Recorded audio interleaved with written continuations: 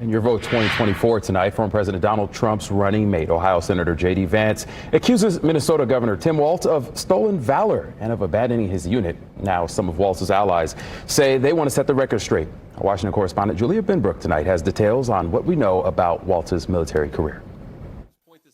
Ohio Senator JD Vance is opening a line of attack into Minnesota Governor Tim Walz's military career as the two veterans now vie to be vice president. When Tim Walz was asked by his country to go to Iraq, you know what he did? He dropped out of the Army and allowed his unit to go without him. Walz served 24 years in the Army National Guard. He filed papers to run for Congress in February of 2005 and retired from his unit in May of that year, 2 months before deployment orders appeared.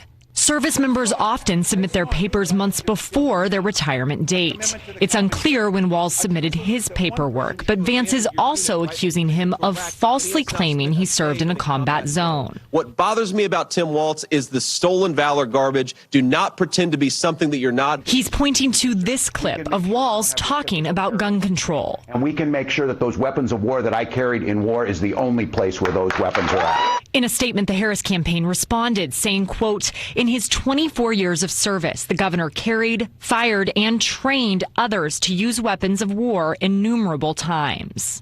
He went overseas and served where the Army told him. And it wasn't in Afghanistan, it was in Italy.